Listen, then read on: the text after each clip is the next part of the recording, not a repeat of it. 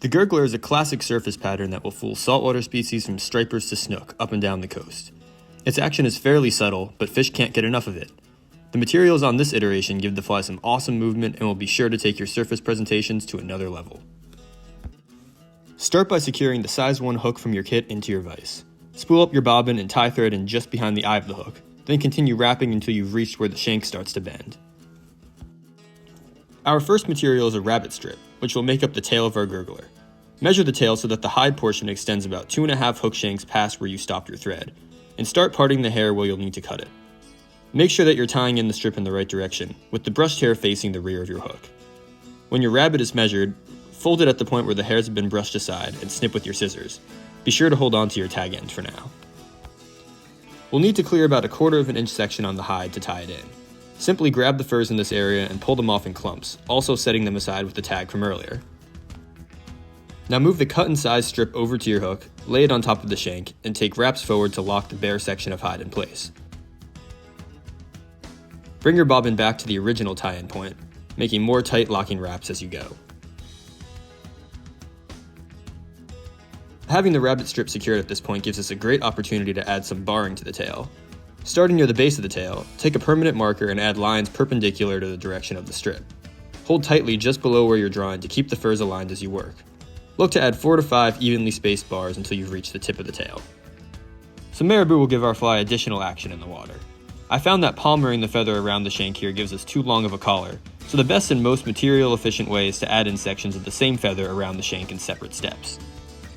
Start with tying in the tip of the feather on top of the shank in the same way you would create a marabou tail, but allow the individual strands to come down and around the shank. Cut your tag and tie off excess when complete.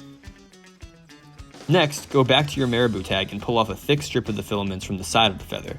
Keep them grasped and aligned in one hand, and transfer them over to the underside of the shank, tying them in the same way you did with the last section of marabou.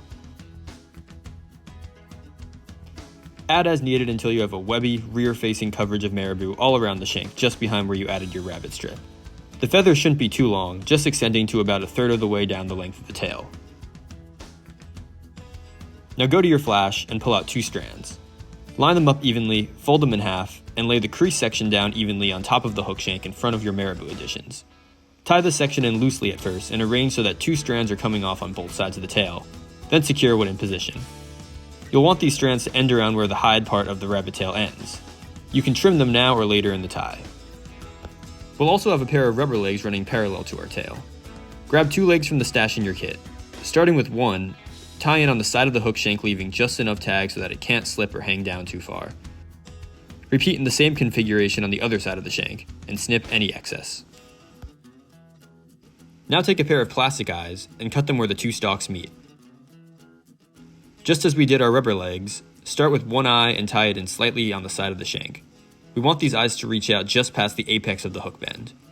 With the marabou and rabbit fur tail to contend with, you may have to raise them up a bit so they can be seen sticking out of the other materials. When eye number 1 is on, take the second and tie it in so that it aligns with the first. Clip the excess when complete. The pink dubbing mix in our kit gives a sort of shrimpy head look to this gurgler, and honestly is just a nice high-vis section to spot as an angler. To prepare it, grab a healthy clump of the material and start pulling it apart, then restacking it. The fibers in this dubbing are pretty long, and the goal is to straighten them out and realign to make this clump longer. Repeat until the result looks like so. This section of dubbing is now about 1.5 inches long and slightly tapered on both sides.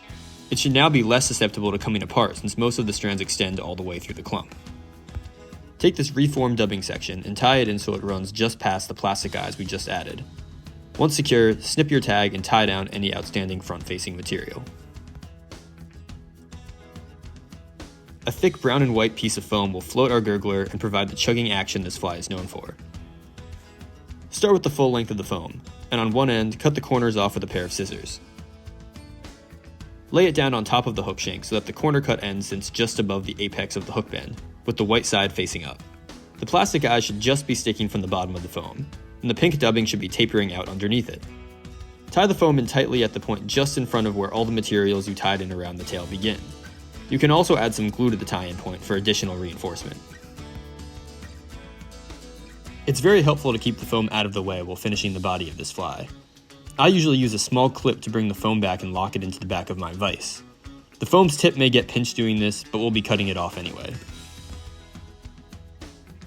We'll cover all of our work on the back of this fly with natural rabbit dubbing. Start forming a thin noodle with the dubbing around your thread, and make tight wraps around the tied down tag ends of our prior materials. Add more as needed until this section is fully covered. Here's when we'll go back to the rest of our rabbit fur tag that we cut off when we started the tail. Cut the remaining fur from the hide, and start adding it in small clumps around the bottom of the shank. You'll want this fur body to transition back into the marabou backside, with no noticeable gaps underneath the gurgler. You'll find there's actually quite a bit of the fur left over, and that you can pile it on pretty thick because it ties down so well. Continue stacking rabbit fur towards the front of your fly. When you're about a hook eye lengths back from the front of your fly, stop adding rabbit fur and cut or tie down the remaining tags. Go back to your natural dubbing and cover this section up until the hook eye. Overlapping the tags of your rabbit hair and then bringing it forward gives the head of this fly a nice tapering off of the thicker body. With the top of the shank covered, carefully unclip your foam and bring it forward so that it lays on top of the shank. Push the front backwards so that the section over the shank slightly arches up, then tie down the front-facing section securely just behind the hook eye.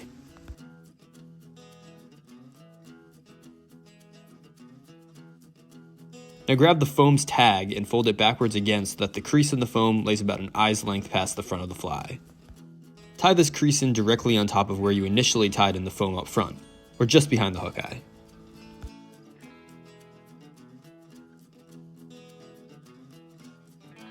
Grab your whip finishing tool and make turns in the same section where you finished your last wraps. Tie off and snip your thread once complete.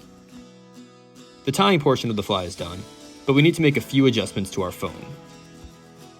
Take your scissors and cut the tag that's remaining after the crease so that it ends above where we tied in our foam in the back. Cut the corners off of this tag so that it resembles the tail end of our foam. If you haven't already, snip your flash and rubber legs so that they both end just around the hide of your rabbit tail. Other than that, your gurgler is set to hit the water.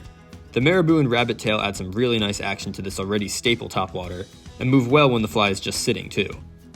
This is a pattern that has a lot of great uses across many different water types and times of year depending on where you fish, but no matter what sort of salty species you target, it's definitely worth having around.